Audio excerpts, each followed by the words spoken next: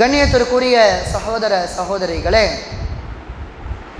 இந்த ரமலான் ஆரம்பித்ததில் இருந்து தினமும் இரவு நேரத்திலே மார்க்கத்தை அறிந்து கொள்ள வேண்டும் என்பதற்காக முதல் 10 நாட்களில் அல்லாஹ் ரப்புல் ஆலமீன் இந்த உலகத்திலே மனிதர்களுக்கு என்று சில வழிமுறைகளையும் சில நன்மையான காரியங்களையும் நமக்கு சொல்லி தந்திருக்கிறான்.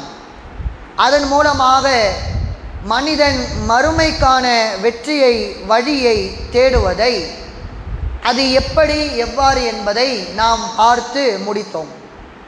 இரண்டாவது பற்றிலே மனிதர்களுக்கு அல்லாஹ் ரப்புல் ஆலமீன் இந்த இஸ்லாத்தின் மூலமாக இந்த உலகத்திலே எப்படிப்பட்ட நன்மைகளை எல்லாம் வழங்கியிருக்கிறான், அந்த நன்மைகளை எல்லாம் அறிந்து கொண்டு முஸ்லிம்களாகிய நாம் அதை பின்பற்ற வேண்டும் என்பதற்காக அதையும் நாம் 10 நாட்கள் என்னென்ன நன்மைகள் என்பதை நாம் பார்த்து முடித்திருக்கிறோம். இந்த மூன்றாவது பத்திலே கவலைகள் தீர என்ன வழி என்பதை நாம் தொடர் தலைப்பாக எடுத்திருக்கிறோம். இந்த தலைப்பை எடுத்ததன் நோக்கம் என்னவென்று சொன்னால், இந்த உலகத்திலே மனிதர்களாக வாழக்கூடிய நாம் எந்த வயதினராக இருந்தாலுமே இன்றைக்கு ஒரு வார்த்தை என்பது மிக சர்வசாதாரணமாக சிறு பிள்ளைகளிலிருந்து பெரியவர்கள் வரை எனக்கு இந்த நோய் இல்லாமல் இல்லை என்று சொல்கின்ற அளவிற்கு, ஆங்கிலத்தில் கூட டிப்ரெஷன் என்று சொல்வார்கள், மன அழுத்தம் என்று சொல்லுவாங்க. இந்த மன அழுத்தத்தை இன்றைக்கு ஒவ்வொரு சிறு சிறு பிள்ளைகளும் கூட ஒரு பள்ளிக்கூடத்திற்கு சென்று அதன் மூலமாக கற்கக்கூடிய கல்விகளில் அந்த கல்வியின் மூலமாக பள்ளிக்கூடத்திலே ஆசிரியர்கள் அவனை கடுமையான அளவுக்கு கண்டிப்பது, அவனை படி என்று சொல்வது, மற்ற மாணவர்களிடத்தில் நண்பர்களிடத்தில் ஒரே டிப்ரெஷனாக இருக்குது, என்ன படின்னு உயிரை வாங்குறாங்க என்று சொல்லக்கூடிய காட்சிகளை பார்க்கிறோம். அதே மாதிரி வீட்டுக்கு வந்தால் வீட்டிலையும் படின்னு உயிரை வாங்குறாங்க, அந்த படிப்பு வரலன்றதுக்காக டியூஷன் அனுப்புகிறாங்க, ஒரே டிப்ரெஷனாக இருக்குது, என்ன பண்ணுறதுனே தெரியலை என்று ஒரே கவலையாக இருக்குது, ஒரே துன்பமாக, இது ஒரு சோதனையாக எனக்கு இருக்கிறது என்று சொல்லி சின்னஞ்சிறு பிள்ளை சொல்லக்கூடிய வார்த்தைகளை பார்க்கிறோம். அதே மாதிரி இன்னும் கொஞ்சம் வளர்ந்தால் அவன் ஒரு தேர்வை எட்டுகிறான். மிக முக்கியமான 2 தேர்வுகள், ஒன்று 10ஆம் வகுப்பு தேர்வு, இன்னொன்று 12ஆம் வகுப்பு தேர்வு. இதற்காக படிப்பதற்காக அதிகமான மன அழுத்தத்திலே மாணவர்கள் போகிறார்கள் என்ற காட்சிகளை பார்க்கிறோம். இன்னும் அவன் வளர்ந்தால் கல்லூரிகளில் அதில் எப்படியாவது தேர்ச்சி பெறணும் என்பதற்காக அவன் கடுமையான மன அழுத்தத்திற்கு உள்ளாகுகிறான். அதற்கடுத்து திருமணம் என்று ஒன்றை செய்கிறான். தன்னுடைய மனைவியை பார்க்கணும், தன்னுடைய பெற்றோர்களை பார்க்கணும், தன்னுடைய பிள்ளைகளை பார்க்கணும் என்று சொல்லி வாழ்க்கையில் எல்லா மனிதர்களுக்குமே யாரிடத்துல பணம் இருக்கிறதோ, யாரிடத்துல பணம் இல்லையோ, யார் நடுத்தர வர்க்கத்தினர் என்று சொல்லுகிறோமோ அத்தகையவர்கள், ஏழைகள் என்று அனைத்து மக்களிடத்திலேயுமே இந்த கவலைகள், இந்த சோதனைகள், இந்த துன்பங்கள் இருக்கிறது. ஆனால் ஒவ்வொரு மனிதர்களுக்குமே ஒவ்வொரு விதத்தில் வரும், ஒவ்வொரு வயதினர்களுக்கு ஒவ்வொரு விதத்தில் வரும், ஒவ்வொரு நிலைமையில் இருக்கக்கூடியவர்களுக்கு, ஒவ்வொரு வேலைகள் செய்யக்கூடியவர்களுக்கு அவர்களுக்கு தனியாக துன்பங்கள், ஒவ்வொரு பிஸ்னஸ் செய்கிறவங்களுக்கு அவங்களுக்கு தனியாக துன்பங்கள் என்று வாழ்க்கை முழுவதுமே மனிதர்கள் துன்பத்திலும் கஷ்டத்திலும் இருந்து கொண்டே தான் இருக்கிறாங்க, கவலைப்பட்டு கொண்டே தான் இருக்கிறார்கள். இந்த கவலைகளுக்கெல்லாம் அவன் படுவதன் காரணத்தினால, இந்த கஷ்டங்களை அனுபவிப்பதனால மனிதன் என்ன ஆகிறான், குறிப்பாக முஸ்லிம் மக்கள் என்னவாக ஆகிறார்கள், இந்த மார்க்கத்தை விட்டு அதில் என்ன சொல்லப்பட்டிருக்கிறது என்பதை அறியாமல் மார்க்க சட்ட திட்டங்களை தெரியாம பல நபர்கள் இந்த கவலையினால உடைஞ்சு போய் வாழ்க்கையே போயிடுச்சு என்ற அளவிற்கு தள்ளப்படுகின்ற மக்களை எல்லாம் பார்க்கிறோம். அது இன்னும் தலைக்கேறி நாம் இந்த உலகத்தில் வாழ்வதற்கே நமக்கு தகுதி கிடையாது, அவ்வளவு சோதனைகளில் நாம் இருந்துக்கிட்டு இருக்கிறோமே, எதுக்காக நாம் வாழணும் என்று சொல்லி தன்னைத்தானையே மாய்த்து கொள்ளக்கூடிய மனிதர்களை எல்லாம் இன்றைக்கு பார்த்து கொண்டிருக்கிறோம். அவை எதற்காக இப்படி ஒரு நிலை என்று சொன்னால், இந்த கவலைகள் தீர்வதற்காக இஸ்லாம் சொல்லக்கூடிய அந்த வழிமுறை என்ன, அதனுடைய சட்டத்திட்டங்கள் என்ன என்பதை அறியாமல் தான் இந்த நிலையில இருந்து கொண்டிருக்கிறார்கள். கவலைகள் தீர என்ன வழின்னு தலைப்பு எடுத்திருக்கிறோம். இந்த தலைப்பை பார்த்துட்டு 10 நாட்களும் இந்த கவலைகள் தீர்வதற்கான வழியை ஆலிம்சா சொல்ல போறாரு, உஸ்தாது சொல்ல போறாரு. அதனால வாழ்க்கையில இனிமேல் கவலையே இருக்க போறது கிடையாது, அந்த மாதிரி ஒரு வழி இருக்கு போல, இனிமேல் வாழ்க்கையில கஷ்டமே பட மாட்டோம் போல இருக்கு, இனிமேல் வாழ்க்கையில துன்பமே வராது போல, அப்படி ஒரு வழியை சொல்ல போகிறார் என்று இந்த தலைப்புக்கு அர்த்தம் கொடுத்தனா அது அர்த்தம் கிடையாது. கவலைகள் இல்லாத மனிதர்களே கிடையாது. அதற்கு மிகப்பெரிய உதாரணம் நபிகள் நாயகம் ஸல்லல்லாஹு அலைஹி வஸல்லம் அவர்களை எடுத்துக்கொள்வோம்.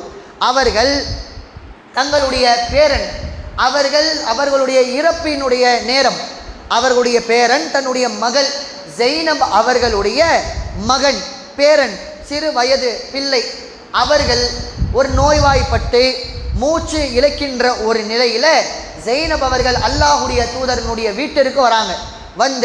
பிள்ளையுடைய நிலைமை சரியில்லை, உங்களுடைய பேரனுடைய நிலை ரொம்ப மோசமாக இருக்குது, அதனால நீங்க பாருங்க, நீங்கள் கண்டிப்பா வரணும், நீங்க வாங்க என்று சொல்லுகிறார்கள். அல்லாஹ்வுடைய தூதருக்கு என்ன, அங்கே சென்று அதை பார்த்து கவலைப்பட்டு அது ரொம்ப அவர்களை பாதிக்கும் என்பதற்காக அல்லாஹ்வுடைய தூதர் அவர்கள் ஜெய்னப் அவர்களுக்கு ஆறுதல் வார்த்தை சொல்றாங்க. அல்லாஹ் தான் கொடுத்திருக்கிறான், அல்லாவை திருப்பை எடுத்துக்கொள்ளக்கூடியவன், அல்லாஹ் தான் மரணத்தை கொடுக்கக்கூடியவனாக இருக்கிறான் என்று சொல்லி ஜெய்னப் அவர்களை அனுப்புறாங்க. பார்க்கக்கூடாது, தன்னுடைய பேரனை இந்த நிலைமையில நாம பார்த்து விடக்கூடாது என்பதற்காக அல்லாஹ்வுடைய தூதர் அவர்கள் ஜெய்னபை அனுப்பி வைக்கிறாங்க. ஆனா ஜெய்னபு போற மாதிரி தெரியல, நீங்கள் கண்டிப்பாக வரணும், நீங்கள் பார்த்தே ஆகணும், நீங்க வாங்க அல்லாஹ்வுடைய தூதரே என்று கூப்பிடுகிறார்கள். உடனே அல்லாஹ்வுடைய தூதர் அவர்கள் அந்த பிள்ளையை பார்ப்பதற்காக போறாங்க. அவர்களோடு யார் யாரெல்லாம் இருக்கிறார்கள் என்று சொன்னால், சஹாபாக்களிலே ஒரு 4 சஹாபாக்கள் அவர்களோடு இருக்கிறாங்க. சாதி புனு உபாதா என்ற ஒரு சஹாபி இருக்கிறார்கள். அதே மாதிரி முஆதி புனு ஜபல் அவர்கள் இருக்கிறார்கள். உபைதி புனு கஅப் என்பவர்கள் இருக்கிறாங்க. அதே மாதிரி ஜெய்தி புனு சாபித் என்ற இந்த 4 சஹாபியுமே அல்லாஹ்வுடைய தூதரோடு இருக்கிறாங்க. இவர்கள் அனைவருமே அல்லாஹ்வுடைய தூதர் உட்பட அந்த பிள்ளையை பார்க்க போறாங்க. பார்க்க போகும்பொழுது அல்லாஹ்வுடைய தூதர் அவர்களுடைய கையிலே அந்த குழந்தை கொடுக்கப்படுகிறது. அந்த குழந்தை மூச்சு வாங்கி கொண்டிருக்கிறது. அந்த நெஞ்சு எலும்பை பார்த்தோம் என்று சொன்னால் ஒரு தண்ணீர் ஊற்றக்கூடிய அந்த தோல் பை எப்படி தண்ணீர் ஊற்றினால் விரியுமோ, தண்ணீர் இல்லை என்றால் அது சுருங்குமோ, அந்த மாதிரி அந்த பிள்ளையினுடைய நிலை இருக்குது. மூச்சு வாங்குது, அதே மாதிரி ஏறுது இறங்குது. கடுமையான ஒரு வேதனையை அந்த பிள்ளை இருக்கக்கூடிய அந்த நேரத்தில் அல்லாஹ்வுடைய தூதர் அவர்கள் 2 கைகளின் மூலமாக அதை ஏந்தி தன்னுடைய மடியிலே வைத்து கொண்டிருக்கிறார்கள். அல்லாஹ்வுடைய தூதர் அவர்களுக்கு அழுக தாங்க முடியலை, கடுமையான அளவுக்கு அழுகுறாங்க. கண்களில் இருந்த தாரை தாரையாக கண்ணீர் வந்து கொண்டிருக்கிறது. இதை பார்த்த உடனேயே சாத் ரலியல்லாஹு அன்ஹு அவர்கள் கூட இருந்தாங்களே, சாதி புனு உபாதா அவர்கள் கேட்கிறார்கள், மாஹாதா, அல்லாஹ்வுடைய தூதரே என்ன இது என்று கேட்கிறார்கள். என்ன இது என்பதற்கு என்ன அர்த்தம்? அந்த பிள்ளைக்காக தான் அழுகுறாங்கன்னு தெரியுது. அந்த பிள்ளையுடைய நிலையை அறிந்துதான் அழுகிறார்கள். அவர்களுடைய கண்ணீர் வருவதற்கான காரணம் அந்த பிள்ளை அப்படி இருக்குதுன்னு. ஆனால் சாது அவர்கள் எதற்காக இந்த கேள்வி கேட்கிறாங்க? அல்லாஹ்வுடைய தூதரே, நீங்கள் இப்படியா, நீங்களா இப்படி எங்களுக்கு மார்க்கத்தை சொல்லிக் கொடுக்குறீங்க, சகிப்புத்தன்மையை சொல்லிக் கொடுக்கிறீர்கள், பொறுமையாக இருக்க வேண்டும் என்று சொல்லிக் கொடுக்கிறீர்கள், நீங்கள் அழுவலாமா என்ற காரணத்தோடு கேட்கிறாங்க, என்ற ஒரு அடிப்படையில் கேட்கிறாங்க. அல்லாஹ்வுடைய தூதர், நீங்கள் அழுகிறீர்களா என்று கேட்கும் பொழுது அல்லாஹ்வுடைய தூதர் அவர்கள் அந்த இடத்திலே ஒரு வார்த்தையை சொல்லக்கூடியவர்களாக இருக்கிறாங்க. ஹாதிஹிர் ரஹ்மா, இது அல்லாஹுடைய ஒரு அருள், அல்லாஹ்விடத்திலிருந்து வந்த ஒரு அருள். இது ஒரு மனிதர் இன்னொரு மனிதர் மீது வைக்கக்கூடிய இரக்க குணம். அந்த இரக்க குணத்தை ஜஅலல்லாஹு ஃபீ குலூபி இபாதிஹி, தன்னுடைய அடியார்களுடைய உள்ளங்களிலே அல்லாஹ் இதை வைத்திருக்கிறான். எல்லா மனிதர்களிடத்திலையுமே அவர்களுக்கு என்று ஒரு இரக்க குணத்தை, ஒரு பாசத்தை அல்லாஹ் ரப்பல் ஆலமீன் அவனே அவனுடைய அடியார்களுக்கு இதை கொடுத்திருக்கிறான். அதனால தான் வ இம்மா யர்ஹமுல்லாஹ், அல்லாஹ் ரப்பல் ஆலமீன் இரக்கம் காட்டுகிறான். மன் இபாதிஹிர் ருஹமா, யார் ஒருவர் இந்த உலகத்திலே ஒரு மனிதர் இன்னொரு மனிதர் மீது இரக்கம் காட்டுவார் என்று சொன்னால் அவர் மீது அல்லாஹ் இரக்கம் காட்டக்கூடியவனாக இருக்கிறான் என்ற இந்த ஹதீஸ் புகாரியில 1284 செய்தியில நம்மால் பார்க்க முடியும். அவ இந்த ஹதீஸ் நமக்கு என்ன சொல்லி தருகிறது? எல்லா மனிதர்களுக்குமே கவலைகள் இருக்கும். அந்த கவலையின் மூலமாக அவன் துன்பம் அடைவான். அந்த துன்பம் அடைவதின் மூலம் அவனுடைய கண்களிலிருந்து கண்ணீர் வரும். அவன் ஒவ்வொரு மனிதர்களுமே அழக்கூடியவர்களாகத்தான் இருப்பார்கள். கவலைகள் தீரும் என்றால் மொத்தமாக இனிமேல் இந்த காரியங்களை எல்லாம் செய்தா கவலைகள் வராது, துன்பங்கள் வராதுன்னு நினைச்சிடக்கூடாது. கவலைகள் துன்பங்கள் வந்தாலுமே அதை எப்படி எதிர்கொள்ளணும் என்பதை தான் நாம் பார்க்க போகிறோம். இந்த தலைப்பினுடைய நோக்கமே கவலைகள் வரும், நாம் அழக்கூடிய நிலைமைகள் வரும், சோதனைகள் வரும், துன்பங்கள் வரும், அனைத்தும் வந்துவிட்ட பின்னால் அல்லாஹுடைய தூதர் அடிப்படையான இதை போக்குவதற்கான நோக்கத்தை நமக்கு சொல்லித்தரான். முதல் அடிப்படையான விஷயம் என்ன? ஒருவருக்கு துன்பம் வந்துவிட்டது என்று சொன்னால், துன்பத்திலேயே பெரிய ஒரு துன்பம், அதிகமான அளவுக்கு நம்மை பாதிக்கின்ற ஒரு துன்பம் என்று நாம் நம்முடைய உலக வாழ்க்கையிலே எடுத்துக்கொண்டால், நம்மோடு பயணித்த, நம்மோடு இருந்த நம்முடைய நண்பர்களோ, நம்முடைய சகோதரர்களோ, நம்முடைய உறவினர்களோ, நமக்கு தெரிந்தவர்களோ, நம்முடைய தாயோ, தந்தையோ, மனைவியோ, பிள்ளையோ, இத்தகைய உறவுகள் மரணிக்கின்ற அந்த செய்தி தான் பெரிய ஒரு சோதனை. ஏனென்றால் மற்ற சோதனைகளை விட்டும் மனிதன் ஓரளவு மறந்து விடுவான். ஆனால் இது மறுக்க முடியுமா என்று பார்த்தால் இதை மறக்கவே முடியாது. ஏன்னா வீட்டில் அத்தனை வருட காலமாக பயணிச்சிருப்பாங்க, நம்மோடு இருந்திருப்பார்கள். அதே வீட்டில் நாம் அவர்கள் இல்லாத போது இருக்கும் பொழுது தனிமையாக உணர்வோம். நம்மளை அறியாமலேயே அவர்களை நாம் கூப்பிடுவோம். அவர்கள் இறந்த பின்னாடி இப்படியாக அந்த சோதனை மறக்க முடியாத ஒரு சோதனையாக தான் இருக்குது. அப்போ இந்த துன்பத்தின் போது கூட அல்லாஹுடைய தூதர் அவர்கள் அடிப்படையான ஒரு விஷயத்தை நமக்கு சொல்லி தருகிறார்கள். என்ன சொல்லி தராங்க? உங்களில் ஒருவருடைய மரண செய்தியை கேட்பீர்கள் என்று சொன்னால், அதிலே நீங்கள் இருக்கிறீர்கள் என்று சொன்னால், அந்த மரண துக்கத்தை அனுபவிப்பதற்கு உங்களுக்கு 3 நாட்கள் இருக்கிறது. 3 நாட்கள் துக்கத்தை நாம் அனுசரிக்கலாம். 3 நாட்கள் துக்கத்தோடு, கவலையோடு, துன்பத்தோடு நாம் இருக்கலாம். 3 நாட்கள் கழித்து இருக்கலாமா என்றால் அது இருக்கக்கூடாது. அல்லாஹுடைய தூதர் இந்த அடிப்படையை நமக்கு சொல்லி தராங்க. கவலைகள் என்பது 3 நாளைக்கு இருக்கணும், அது மரணத்திற்கு என்று தான் சொல்கிறாங்க. அப்போ அந்த கவலைகள் என்பது 3 நாளைக்கு இருக்கணும், அதற்கு மேலாக இருக்கக்கூடாது என்ற இந்த செய்தி புகாரியில் 1086 செய்தியில் இருக்குது. இதன் மூலமாக அடிப்படையான ஒரு விஷயம் என்ன? ஒருவனுக்கு கவலை வருகிறது என்று சொன்னால் அந்த கவலை எந்த கவலையாக இருந்தாலுமே, எந்த துன்பமாக இருந்தாலுமே 3 நாளைக்கு மேலே அந்த துன்பத்தில் அவன் இருக்கக்கூடாது, அதை அனுசரிக்கக்கூடாது என்பது நபிமொழியாக இருக்கிறது. 3 நாட்கள் நாம் அந்த துக்கத்தை அனுசரித்து விட்டு அதற்கு மேலாகவும் ஒருவன் அந்த கவலையை தொடர்கிறான், அந்த துன்பத்தை தொடர்கிறான், அவனால் அந்த கஷ்டத்தை விட்டு மீள முடியலை என்ற மனிதர்கள் இருப்பாங்க பாருங்க. அத்தகைய மனிதர்களுக்கு தான் இந்த தலைப்பே. 3 நாட்கள் தாண்டி கவலைகளுக்கு உள்ளாகி அந்த துன்பம் தொடர்ந்து அந்த துன்பத்திலேயே மனிதனுடைய வாழ்க்கை போகின்றதே, அப்படிப்பட்டவர்களுக்கு இந்த தலைப்பு மிக மிக முக்கியம். அப்படியான அந்த கவலைகள் அது தொடரும் பொழுது அது தீர்ப்பதற்கான வழி என்ன என்பதுதான் மிக முக்கியமான ஒரு விஷயமாக இருக்கிறது. அப்போ நம்முடைய வாழ்நாளில் நம்முடைய சோதனைகள், நம்முடைய துன்பங்கள், இது எல்லாம் எந்த விதமான தனித்தனியான ஒவ்வொரு மனிதரிடத்துலையுமே கேட்டாலுமே உனக்கு என்னப்பா கஷ்டம் இருக்குதுன்னா அவர் ஒரு கஷ்டத்தை சொல்லுவார். இன்னொருத்தர்கிட்ட உனக்கு என்னப்பா கஷ்டம் இருக்குதுன்னா அவர் வேற ஒரு கஷ்டத்தை சொல்லுவார். தங்களுடைய இந்த உலகத்தில் வாழக்கூடிய அந்த குடும்பத்தின் அடிப்படையில், பொருளாதாரத்தின் அடிப்படையில், வயதின் அடிப்படையில் கவலைகள் மாறும். அந்த அடிப்படையில் மொத்தமாக இந்த கவலைகள், நமக்கென்று இருக்கக்கூடிய குறைகள், அந்த குறைகளின் மூலமாக வரக்கூடிய அந்த கவலைகள், இதையெல்லாம் ஒரு 3 தலைப்பாக நாம் பிரிச்சிருக்கிறோம். 3 விஷயமாக பிரித்து இருக்கிறோம். அதில் முதல் விஷயம் என்னவென்றால், ஒன்று, ஒரு மனிதருக்கு சோதனை வருகிறது என்று சொன்னால், ஒரு குறையை மனிதன் அனுபவிக்கிறான் என்று சொன்னால், அந்த குறையை அல்லாஹ் ரப்பல் ஆலமீன் நிரந்தரமாக அவருக்கு தந்திருப்பான். நிரந்தரமாக கஷ்டங்கள் இருக்கும். அந்த கஷ்டங்கள் தீரவே தீராது. கியாமத்து நாள் வரையிலும் நம்ம வாழ்ந்தாலுமே தீராது. நம்முடைய மரணம் வரைக்கும் அது நம்மளை தொடரும். அப்படியான குறைகளின் மூலமாக அல்லாஹ் நம்மளை சோதிப்பான். உதாரணத்திற்கு, ஒருவர் சிறு வயதிலிருந்து அவருக்கு கண்ணு தெரியல, குருடராக இருக்கிறார். இவருக்கு ஏதாவது மருத்துவர் இடத்திலிருந்து பார்த்தா அது குணமாகும். ஆனால் அதையுமே அவர் அணுகவில்லை என்று சொன்னால் அவருடைய வாழ்க்கை முழுவதுமே குருடராகத்தான் அவர் பயணிக்கணும். அதே மாதிரி ஒருத்தருக்கு காது கேட்கல, அவருடைய வாழ்க்கையில் நிரந்தரமான அந்த குறைகளிலே அவர் இருப்பார்.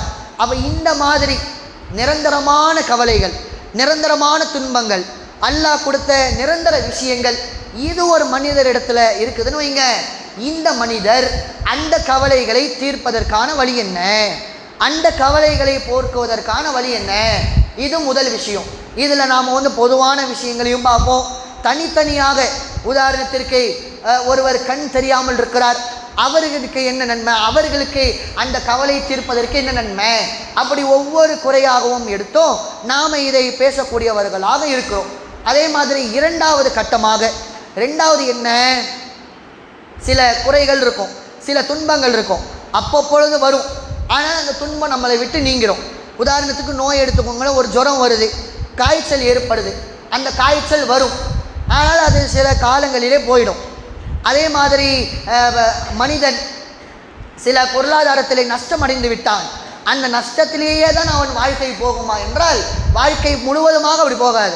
சில நேரத்தில் நஷ்டம் வரும், அந்த நஷ்டத்தை ஈடு கொடுப்பதற்காக மனிதன் அந்த கஷ்டத்திலிருந்து மீண்டு வருவான், திருப்பி அவனுக்கு அந்த நஷ்டமாகும்.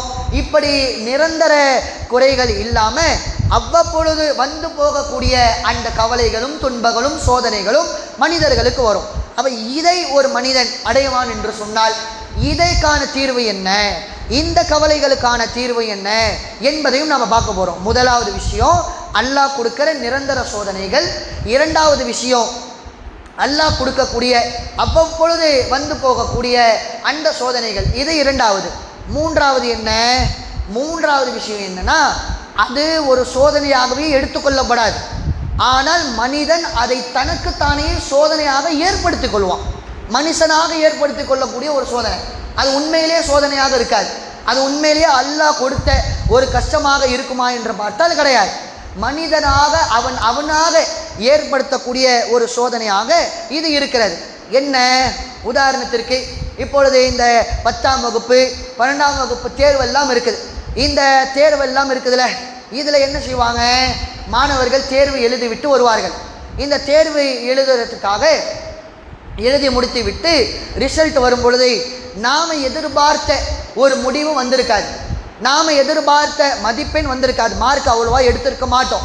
அப்போ இதனால் ஒரு மாணவர், ஒரு மனுஷன் என்ன ஆகிறான், அது ஒரு சோதனையாக தனக்குத்தானே எடுத்துக்கொண்டு நான் கண்டிப்பான முறையில் நல்லா எழுதுனேனே, எனக்கு இவ்வளவு மார்க்கு தானே வந்திருக்கும், கண்டிப்பாக இதான முடிவாக இருந்திருக்கணும் என்று சொல்லி இதுதான் முடிவு என்று மனிதன் ஒரு முடிவை எடுத்துவிட்டு அதற்காக அவன் செயல்படுறானே, அதற்காக அவன் அதில் தோல்வியை சந்திக்கிறானே, இது அல்லாஹ் கொடுத்த நிரந்தர சோதனையா என்று பார்த்தால் கிடையாது.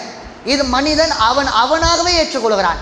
கண்டிப்பான முறையில் எனக்கு நல்ல மார்க் வந்துடும் என்று மனிதன் நினைப்பதன் காரணத்தினால அவனாக எடுத்துக்கொள்ளக்கூடிய ஒரு சோதனையாக இது இருக்கிறது. இன்னும் தெளிவாக சொல்ல போனால், இன்றைக்கு இளைஞர்கள் அதிகமாக மூழ்கி போயிருக்கிற காதல் என்ற ஒரு விஷயத்தை எடுத்துப்போம். இந்த விஷயத்தில் ஒரு இளைஞன் என்ன செய்கிறான், ஒரு ஆணோ பெண்ணோ என்ன செய்கிறாள், அந்த ஆண் எனக்கானவன் தான், எனக்கு தான் அவன் கண்டிப்பா வாழ்க்கை துணை அவன் தான் என்ற ஒரு முடிவோடையே ஒரு பெண் எடுக்கிறாள். ஒரு ஆண் என்ன செய்கிறான்? அவள் தான் எனக்குரியவள், அவள் தான் எனக்கு, அவளை தான் திருமணம் செய்ய போகிறேன், என் வாழ்க்கை துணையே அவதான் என்ற ஒரு முடிவெடுத்து பயணிக்கிறான். முடிவெடுத்து அந்த பெண்ணை விரும்புகிறான், முடிவெடுத்து அந்த ஆணை அவள் விரும்புகிறாள். இதனால் என்ன ஆகுது? கடைசியில் ஏமாற்றம், மனஸ்தாபம் ஏற்பட்டு 2 நபர்களுமே பிரிவதன் காரணத்தினால அந்த ஆணோ பெண்ணோ உண்மையாக அவள்தான் எனக்கு, அவன்தான் எனக்கு என்ற ஒரு முடிவை எடுக்கும் பொழுது அந்த இடத்துல என்ன ஆகுது? ஒரு ஏமாற்றம் வந்த பின்னாடி தற்கொலைக்கு போய் மனிதன் அடைகிறான். அதிலும் தன்னை தானே மறைத்து கொள்ளக்கூடிய சில ஆண்களும் இருக்கிறாங்க. அதே மாதிரி எனக்கு இல்லாதவ எவனுக்குமே இருக்கக்கூடாது என்று சொல்லி அவளை கொலை செய்கிறது, அவன் மேலே ஆசிட தூக்கி ஊத்துறது, அவளுடைய அழகு போகணும், யாருக்குமே அவள் சொந்தமாக கூடாது என்று இதெல்லாம் எதுக்காக ஏற்படுது? அவள் எனக்கு தான்ற ஒரு முடிவு, அவள் எனக்கு தான் என்ற ஒரு முடிவை, இது நடந்தே ஆகும் என்ற முடிவை ஒரு மனிதன் தன்னுடைய வாழ்க்கையிலே ஒரு விஷயத்திலே எடுத்து விட்டான் என்று சொன்னால் இது அல்லாஹ் தந்ததா? இது அல்லாஹ் எடுத்துக்கொள்ள சொன்னக்கூடிய ஒரு முடிவா இது என்று நாம் எடுத்து பார்க்கும் பொழுது இது நம்மை நாமளே ஏமாற்றிக்கக்கூடிய ஒரு விஷயம், நம்ம நாமளே கஷ்டப்படுத்தக்கூடிய ஒரு விஷயமாக இந்த விஷயங்கள் எல்லாம் இருக்குது. அதனால் 3 விதமாக பிரிச்சிருக்கிறோம். ஒன்று நிரந்தரமான சோதனை, இன்னொன்று அவ்வப்பொழுது வந்துட்டு போகக்கூடிய சோதனைகள், இன்னொன்று மனிதர்களாக ஏற்படுத்தி கொண்ட சோதனைகள். இதில் 3வது விஷயம், முதலாவதாக இந்த 3வது விஷயத்தை எடுத்துப்போம். 3வது விஷயம் என்ன? ஒரு மனிதன் இப்படி தான் நடக்கும், கண்டிப்பாக இதுதான் வரும் என்ற முடிவோடு பயணிக்கிறான். ஒரு வேலையில் ஒரு பிஸ்னஸை ஆரம்பிக்கிறான் என்று வைத்து கொண்டால் அதற்கு கடுமையான அளவுக்கு அவன் உழைக்கிறான். இதில் நான் முதல் போட்டிருக்கிறேன், இவ்வளவு தான் எனக்கு வரும், இவ்வளவு அதிகமாக என்னிடத்தில் இந்த பொருளாதாரம் எனக்கு கிடைக்கும் என்ற முயற்சிக்காக அவன் முயற்சிக்கிறான். அதே மாதிரி ஒருவன் வேலைக்காக செல்கிறான், இன்டர்வியூவை அட்டன் பண்ணுறான், வேலை கிடைக்கணும். ஆனால் அங்கே போகும் பொழுது கேள்விகளுக்கெல்லாம் நல்ல ஒரு பதிலை சொல்லிட்டான். அந்த நல்ல பதிலை சொல்லிவிட்டு தனக்குத்தானே என்ன முடிவு செய்து கொள்கிறான்? வேலை கன்ஃபார்ம், நிச்சயம், இது கண்டிப்பாக நமக்கு கிடைச்சிடும் என்று அவன் வீடு திரும்புகிறான். ஆனால் அந்த வேலை கிடைக்காமல் போகிறது. அப்போ இந்த மாதிரி ஒரு மனிதர் இது கண்டிப்பாக கிடைக்கும், இது கண்டிப்பாக எனக்கு வந்துவிடும் என்று நினைக்கக்கூடிய அந்த மக்கள் ஒரு விஷயத்தை நல்ல ஒரு முறையில் புரிந்து கொள்ள வேண்டும். என்னது? இது ஈமானை பாதிக்கக்கூடிய ஒரு விஷயம். இதற்கான தீர்வு என்பதை இஸ்லாம் அழகிய முறையில் நமக்கு சொல்லி தருகிறது. இந்த ஒரு விஷயத்தை எப்படி அணுகணும், இதை ஒரு கவலையாக மனிதன் அவனே எடுத்துக்கொள்கிறான். இதற்கான தீர்வு என்ன? இந்த ஒரு விஷயம் ஈமானிய ஒரு முஃமினை பாதிப்படைய செய்கிறது, அல்லாஹ்வின் மீது உள்ள அந்த நம்பிக்கையை இது தகர்த்து எறிகிறது என்பதை ஒரு முஸ்லிம் புரிந்து கொண்டான் என்று சொன்னால் இதில் தெளிவு கிடைச்சிடும். என்ன தெளிவு? மறைவான ஞானம், மறைவான விஷயம், இதை எடுத்துக்கொள்வோம். இந்த மறைவான விஷயத்தை நாம் அனைவருமே அறிந்து வைத்திருக்கிறோம். சிறு வயதிலிருந்தே பல பயான்களை கேட்டிருப்போம், பல நபர்கள் நமக்கு சொல்லி கொடுத்துருப்பாங்க, அல்லாஹ்வுடைய அந்த வசனத்தையும் நாம் கேட்டிருப்போம். இந்த மறைவான விஷயம் சொல்லி தருவது என்ன? இஸ்லாத்தின் பார்வையில் மறைவான விஷயங்கள் என்பது அது அல்லாஹ்விற்கு மட்டுமே தெரிந்த ஒரு விஷயம். அல்லாஹ்விற்கு மட்டுமே தெரிந்த ஒரு விஷயத்தில் ஒரு மனிதனுமே அந்த உரிமையை கையில் எடுக்கக்கூடாது என்று மார்க்கம் சொல்லுகிறது. இந்த அடிப்படையில் நாம் எடுக்கக்கூடிய இந்த முடிவை சிந்திச்சு பாருங்க. நாளைக்கு கண்டிப்பாக இது நடந்துடும், அந்த நான் காதலிக்கிற பொண்ணு எனக்கு தான், அவள் எனக்கானவள் தான், அல்லாவே முடிவு பண்ணிட்டான். யார் சொன்னா? இப்படி ஒரு முடிவை எடுக்கிறோமே நம்ம வாழ்க்கையில், இந்த ஒரு வேலை கிடைத்துவிடும் என்பதை நாம் உறுதிப்படுத்துகிறோமே, இதை யார் சொன்னா? இது நாளைக்கு நடந்துவிடும் என்ற ஒரு முடிவை எடுக்கிறோமே, இது யார் சொல்லக்கூடியவர்களாக இருக்கிறார்கள்? நம்மை நாமளே முடிவு எடுத்துக்கிறோம். நாம இந்த முடிவை எடுத்துக்கிட்டு அதில் தோல்விகளை சந்திக்கும் பொழுது அதில் நாம் கவலை அடையக்கூடியவர்களாக இருக்கிறோம். அப்போ இந்த மறைவான விஷயத்தை பற்றி நமக்கு தெளிவு கிடைத்து விட்டது என்று சொன்னால், ஒரு மனிதன் ஒரு விஷயத்தை செய்கின்றான் என்று சொன்னால், ஒரு மாணவன் ஒரு தேர்வையை எழுதுகிறான் என்று சொன்னால் கண்டிப்பாக நல்ல மதிப்பெண் வந்துடும் என்று நினைக்காம ஒன்று மார்க் வந்தாலும் வரும், நாம் எழுத வேண்டியதை எழுதியிருக்கிறோம், அல்லாஹ் மேலே பாரத்தை போட்டாச்சு, அவன் நமக்கு நல்ல வழியை காமிப்பான். இந்த தேர்வில் நான் தேர்ச்சி பெறவும் செய்யலாம், நல்ல மார்க்கு வாங்கவும் செய்யலாம், மார்க்கு கம்மியாகவும் செய்யலாம் என்ற ஒரு முறையில் ஒரு மனிதன் அந்த முடிவை எடுத்து விட்டான் என்று சொன்னால், அது தோல்வியாக போய் முடிந்தாலும் மதிப்பெண்ணே கம்மியாக இருந்தாலுமே அந்த மனிதன் கவலை அடைவானா, அந்த மனிதன் கஷ்டம் அடைவானா என்று சிந்தித்து பார்த்தால் கிடையாது. இது அல்லாஹ்வை ஏற்படுத்தி கொடுக்கறதே கிடையாது. மறைவான ஒரு விஷயத்தை அவன் நம்புவதன் காரணத்தினால, நாளைக்கு இது நடந்துரும் என்று நம்புவதன் காரணத்தினால மனிதன் அவனாக எடுக்கக்கூடிய முடிவுக்கு அவன் கவலைப்படுகிறான். ஆனால் அல்லாஹ் சொல்லக்கூடிய விஷயம் என்ன? மறைவானவற்றை நான் தான் அறிகிறேன், என்னை தவிர்த்து யாரும் அறிய முடியாது, நாளைக்கு என்ன நிலைமையில் இருப்பேன்னு நான் தான் அறியக்கூடியவனாக இருக்கிறேன் என்று பல ஹதீஸ்களின் மூலமாக, பல குர்ஆன் வசனங்களின் மூலமாக நமக்கு அல்லாஹுடைய தூதரும் அல்லாஹும் நமக்கு சொல்லி காமிக்கக்கூடியவர்களாக இருக்கிறார்கள். அதிலே இந்த மறைவான ஞானத்தை பற்றி அல்லாஹ் குர்ஆனிலே சொல்லும் பொழுது, இன்னல்லாஹ இன்தஹு இல்முஸ்ஸா, நாளை மறுமை நாள் எப்பொழுது ஏற்படும் என்பது ஒரு மனிதனுக்கு தெரியாது, அது அல்லாஹ்விற்கு தெரிந்த ஒரு விஷயமாக இருக்கிறது. நாளை மறுமை நாள் என்பது எப்பொழுது வரும், இந்த உலகம் எப்பொழுது அழியும் என்பதை ஒரு மனிதன் அறிய முடியாது. அது மட்டுமல்லாமல் இன்னும் என்னவென்றால் யுனஸ்ஸிலுல் கைஸ், மழை எப்பொழுது பொழியும் என்று யாராலும் சொல்ல முடியாது. வானிலை அந்த ஆய்வறிக்கையை நீங்கள் எடுத்து பார்த்தாலுமே இன்ன இடத்துல மழை வரக்கூடும், இன்ன இடத்துல கனமழைக்கு வாய்ப்பு உண்டு என்று தான் சொல்லுவானே தவிர்த்து கண்டிப்பாக மழை பெய்யும் என்று சொல்லுவானான்னு பார்த்தா முடியாது, அதை சொல்ல முடியாது.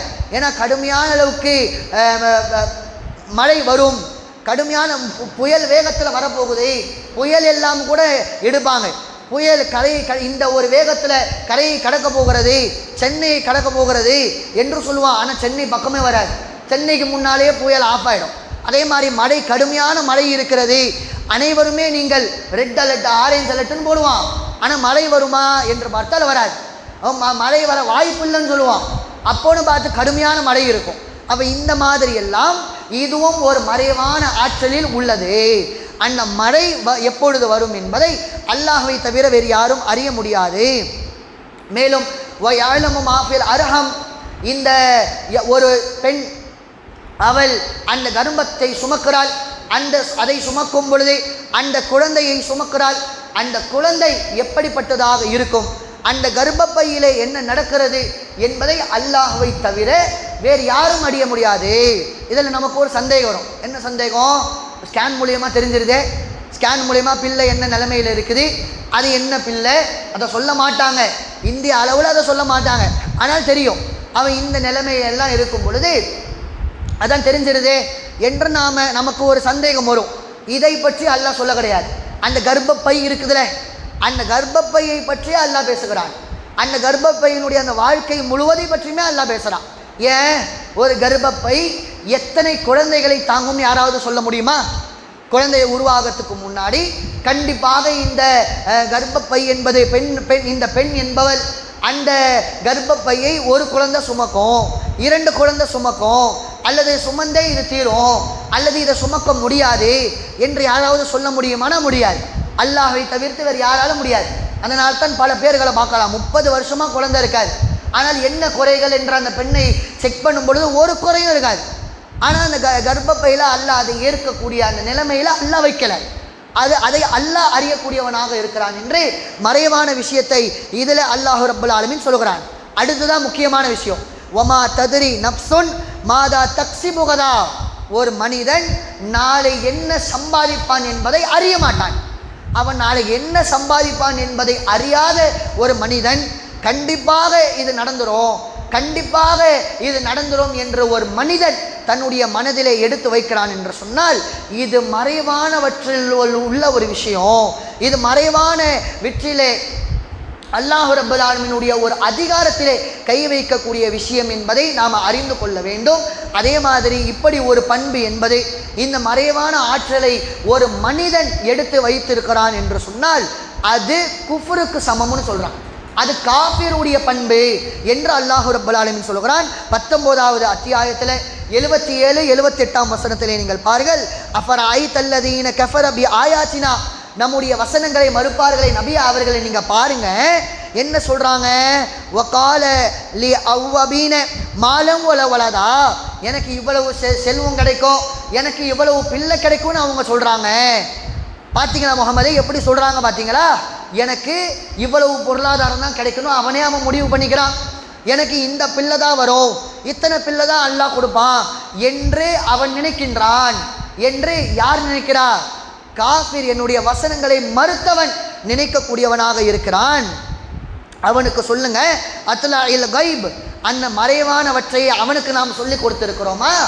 அல்லாஹ்வுடைய அதிகாரத்தில் அவன் கை வைக்கக்கூடியவனாக இருக்கிறானா என்று அல்லாஹ் கேள்வி எழுப்புறான். ஆகவே நாமளே ஒரு முடிவு செய்து இது கண்டிப்பாக நடக்கும் என்பதை நம்முடைய மனதிலே வைத்து நாம் ஒரு செயலை செய்வோம் என்றால் அது மறைவானவற்றை நாம் ஒரு முடிவு செய்கிறோம் என்றால் ஒன்று இது நடக்கும், நடக்காமலும் போகும். வேலை கிடைக்கும், கிடைக்காமலும் போகும். வேலை நமக்கு கிடைக்கவில்லை என்றால் அதற்கு பிறகு நாம் என்னவெல்லாம் செய்யணும் என்பதற்கு தான் ஒரு முஸ்லிம் அதில் இந்த விஷயத்தில் பண்பட்டு நடக்க வேண்டும். இதற்காக கவலைப்பட்டு அவன் துன்பத்தை அனுபவித்து வாழ்க்கையே உடைந்து விட்டதை போல் அவன் இருப்பதும், அதே மாதிரி தற்கொலைக்கு முயற்சி செய்து தற்கொலை செய்பவர்கள் எல்லாம் இது மார்க்கத்திற்கு மாற்றமான ஒரு செயல். இதை அல்லாஹ் ரப்பல் ஆலமீன் அங்கீகரிக்கவில்லை என்று இந்த விஷயத்தை தெரிந்து கொள்ளணும். இன்னும் தொடர்ச்சியாக இந்த விஷயத்தில் இன்னும் எப்படி நாம் இதை நம்பணும், எந்த அளவிற்கு இது கவலைகளை போக்குறதுக்கான வழிகள் என்ன என்பதை தொடர்ந்து நாம் பார்ப்போம் என்று கூறி என்னுடைய உரையை நிறைவு செய்கிறேன். வாஹ்ரதாவானா அனில் அல்ஹம்துலில்லாஹி ரப்பில் ஆலமீன். அஸ்ஸலாமு அலைக்கும் வரஹ்மத்துல்லாஹி வபரகாத்துஹு.